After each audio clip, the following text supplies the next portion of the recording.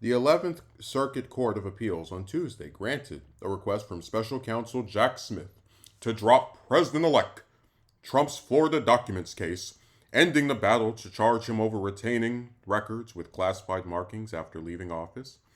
The order fulfills requests from Smith to end an appeal in the case as it relates to Trump, though the case will continue for his two co-defendants, valet Walt Nuda Arnada and Mar-a-Lago property manager Carlos de Oliveira. The move comes after Smith similarly moved to dismiss without prejudice Trump's election interference case, in both cases noting Trump's coming inauguration of the Department of Justice policy that bars the prosecution of sitting presidents. In the classified documents case, Smith was fighting a ruling for Judge Aileen Cannon that tossed the case, determining that the special counsel was unlawfully appointed. Legal observers say the appeals saw the appeals as having a fair chance of success. Cannon's decision counters 50 years of prior rulings regarding special counsel regulation, and the court has previously reversed one of her decisions. Nonetheless, it brings to an end for Trump a serious case focused largely on his conduct after leaving the White House. It was potentially the stronger of Smith's two cases after a Supreme Court ruling that determined former presidents retain broad immunity for their conduct while in office. Prosecutors brought both Espionage Act and obstruction of justice charges against Trump after he repeatedly refused requests to return White House records, including defying a subpoena. An unprecedented search for the state at Mar-a-Lago returned more than 300 documents with classified markings, with photos showing boxes stored in the bathroom and even on the ballroom stage.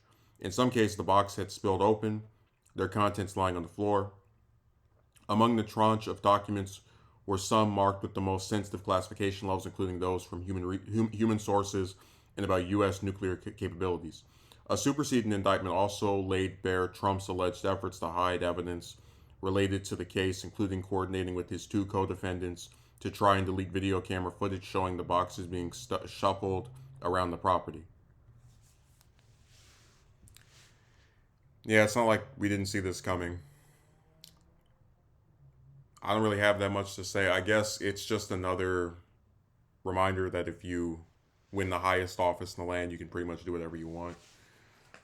I do kind of feel bad for his two co-defendants because they probably, when this whole thing was going, like, oh, I'm kind of scared, but at least Trump's also in trouble, so he should be helping us, and him being in it will get more attention, and it might be to our benefit. Now that he's won an election, they are hung out to dry by all accounts.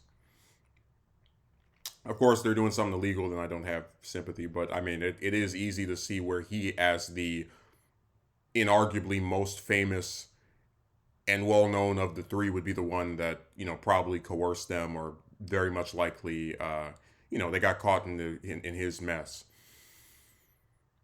And just thinking about that Department of Justice ruling that sitting presidents can't be gone after is just, I guess what I'll never be able to understand is how the United States, they have all these different laws relating to drugs and just all types of things, with parking tickets and just every offense you can think of.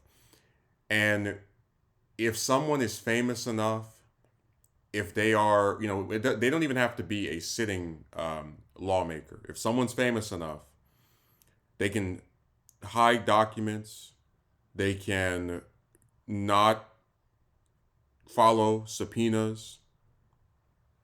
They're just immune to any and all consequences that a normal person would face. If I went around and took private documents to my house that were government owned, and didn't turn them over, I would probably go to jail.